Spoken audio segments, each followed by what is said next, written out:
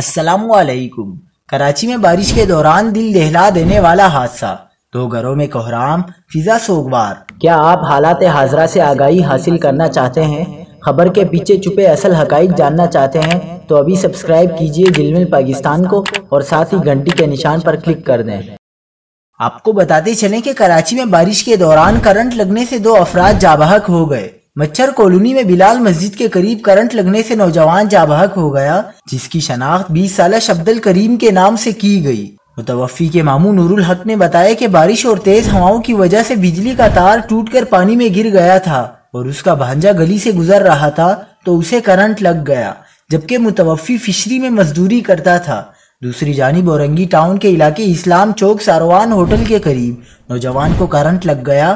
متوفی کی شناخت 18 سالہ شعیب کے نام سے کی گئی۔ اس حوالے سے ایس ایچ او پاکستان بازار سہیل خاصخیلی نے بتایا کہ نوجوان بارش کے دوران گزر رہا تھا کہ اس دوران وہ بجلی کے پول سے لگا، جس کے باعث وہ کرنٹ لگنے سے دم توڑ گیا۔